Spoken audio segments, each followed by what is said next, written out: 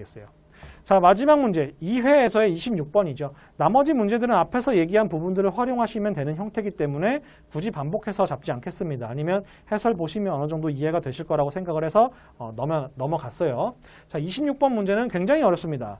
요건 이제 피스에서도 굉장히 어려운 수준으로 제가 드린 문제고 여러분이 한번 고민해 보셔라 라는 형태로 드린 문제예요. 이거 못 풀면 어떻게 하지? 괜찮습니다. 이거 못 푸는 사람, 1분 내에 풀 수 있는 사람은 없어요.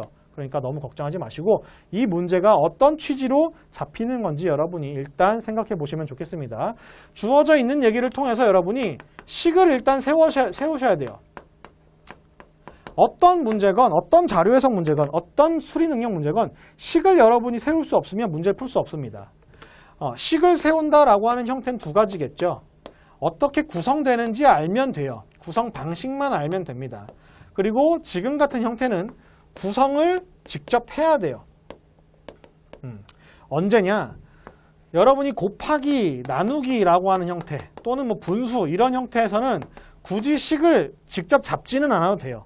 그런데 플러스가 반영되는 식에서는 여러분이 식을 잡으려고 노력하셔야 됩니다. 플러스가 반영된 상황에서는 여러분이 비교하지 않고는 빠르게 잡아줄 수가 없어요. 일단 식 자체가 굉장히 많죠. 식 자체가 굉장히 많기 때문에 식의 구성 요소가 굉장히 많기 때문에 제가 요거 여러분이 1분 내에 풀 수 없다라고 말씀을 드리는 건데 지금 주어져 있는 식들을 잡아주시면 이렇게 됩니다. 얘가 이런 식으로 압축이 되실 거예요. 그래도 많습니다. 지금 1000자리 다 떼버리고 D는 이런 식, E는 이런 식이라고 하는 형태로 여러분이 압축할 수가 있다라고 하는 형태예요. 그러면 여기서 D와 E의 비교를 하는 문제이기 때문에 D와 E의 요소들을 비교하시면 되겠습니다. 차이값들을 지워주시라고 말씀을 드리는 거예요. 그럼 차이값을 아무거나 지울 수는 없겠죠. 어떻게 지워볼 수 있겠습니까? 38 곱하기 7은 38 곱하기 8하고 지워줄 수 있겠죠. 그럼 여기는 38 곱하기 1만 남을 거예요. 그 다음엔 8로 같이 있네요. 그러면 얘는 15 곱하기 8이 남겠죠. 얘는 12 곱하기 2가 남겠습니다.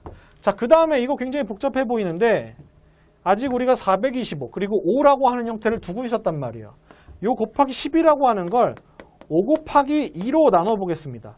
그럼 여기서의 2가 212.5에 붙을 수 있겠죠. 그럼 얘는 425가 된단 말이에요.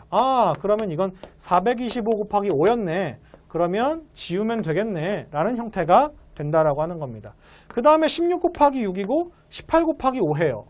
요거 굉장히 복잡해 보이는데 18 곱하기 18은 6 곱하기 3이죠. 따라서 6은 우리가 가지고 있는 형태니까 두고 3 곱하기 5로서 15 곱하기 6과 비교되는 형태라는 걸 알 수가 있겠습니다.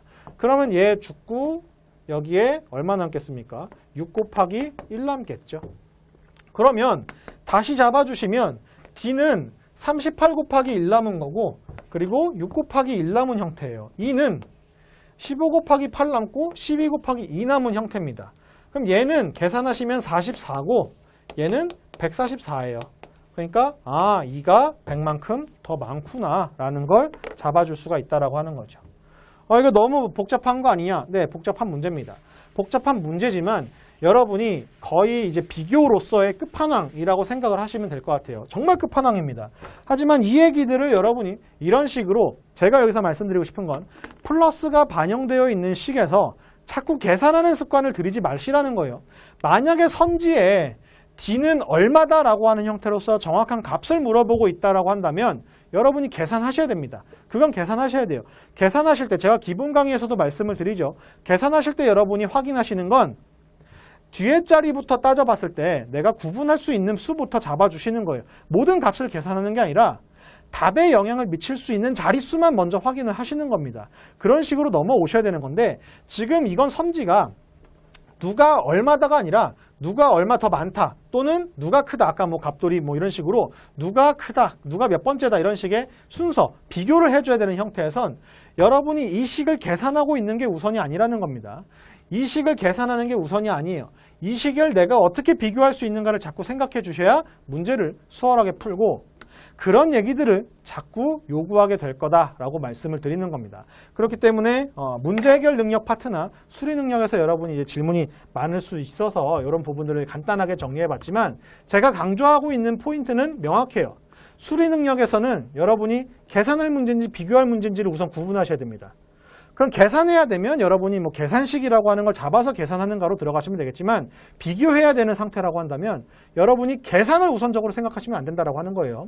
그 얘기가 우선 잡히셔서 분수 비교를 해야 되는 건지 퍼센트를 비교해야 되는 건지 아니면 지금처럼 저는 요소 비교라고 말씀을 드리지만 식을 비교해야 되는 건지 이런 식에 대한 얘기들을 여러분이 구분해서 연습을 하셔야 되는 거고 문제 해결 능력 파트 같은 경우엔 여러 가지 이제 항목을 다루고 있죠. 뭐 비판적 사고 파트도 있고, 뭐 논리적 사고도 다루고 있고, 뭐 이런 식으로 제시하고 있는데 비판적 사고 파트에선 여러분이 뭐 주장 잡아주시는 훈련 뭐 어렵지 않게 하실 수 있을 테니까 제가 여기선 다루지 않았지만 어떤 논리적 사고력 또는 이제 창의적 사고력이라고 물어보는 구간에서 그리고 여러분이 문제 해결 능력으로서 실제로 요구되는 어떤 실무가 반영되어 있는 그런 문제에선 항상 기준을 보시는 겁니다.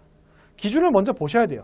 지금 내가 어떤 상황에 처해 있는지도 결국 기준에 다뤄져 있고 어떤 상황에서 어떻게 해야 하는지도 기준에 다뤄져 있습니다. 그래서 그런 얘기들을 여러분이 자꾸 신경 쓰려고 하셔야 문제를 풀어요. 그런 얘기들을 뭐 제가 뭐 공치달에서 제공되는 부분이나 아니면 제가 개인적으로 제공하는 부분에서 여러 가지 말씀을 드리겠지만 지금 이 국민건강보험공단 요 문제에서도 그런 얘기들을 굉장히 강조하고 강의를 했다라는 거 꼭 염두에 두셨으면 좋겠습니다. 비록 다룬 문제 수는 많지 않지만 그런 얘기들이 관통되지 않으면 여러분은 늘 새로운 문제, 새로운 방식만 연습하는 형태가 된다라는 거 꼭 인지하시고 남은 시험 기간 잘 준비하시면 좋겠습니다. 자, 특강은 요거로 마치도록 하겠습니다. 감사합니다.